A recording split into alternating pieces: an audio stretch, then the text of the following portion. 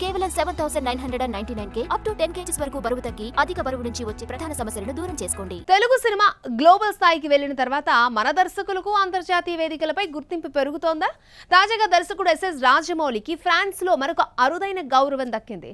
ఈ గుర్తింపు వెనుక రీజన్ ఏంటి?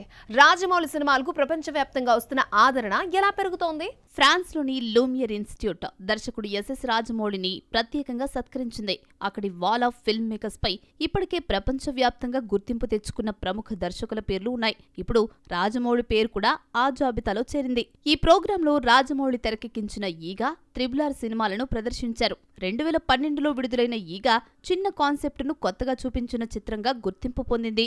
ఇక త్రిబుల్ ఆర్ ప్రపంచవ్యాప్తంగా విడుదలై పలు అంతర్జాతీయ అవార్డులు అందుకోవడంతో పాటు భారతీయ సినిమాపై విదేశీ ప్రేక్షకుల దృష్టిని మరింత ఆకర్షించింది. ఇటీవలే ప్యారిస్ లోని సినిమాథెక్ ఫ్రాన్సైజ్ థియేటర్లో రాజమౌళి పేరుతో శాశ్వత సీటును కేటాయించగా, ఇప్పుడు లూమియర్ ఇన్స్టిట్యూట్ జక్కన్న చిత్రాలతో ప్రత్యేక రెట్రోస్పెక్టివ్ ను నిర్వహిస్తోంది. బాహుబలి, ఈగ, త్రిబుల్ ఆర్ లాంటి చిత్రాలను ప్రదర్శిస్తూ భారతీయ సినిమాలపై అంతర్జాతీయ ప్రేక్షకుల్లో ఆసక్తి ఎలా పెరుగుతోందో ఈ కార్యక్రమం మరోసారి చూపిస్తోంది.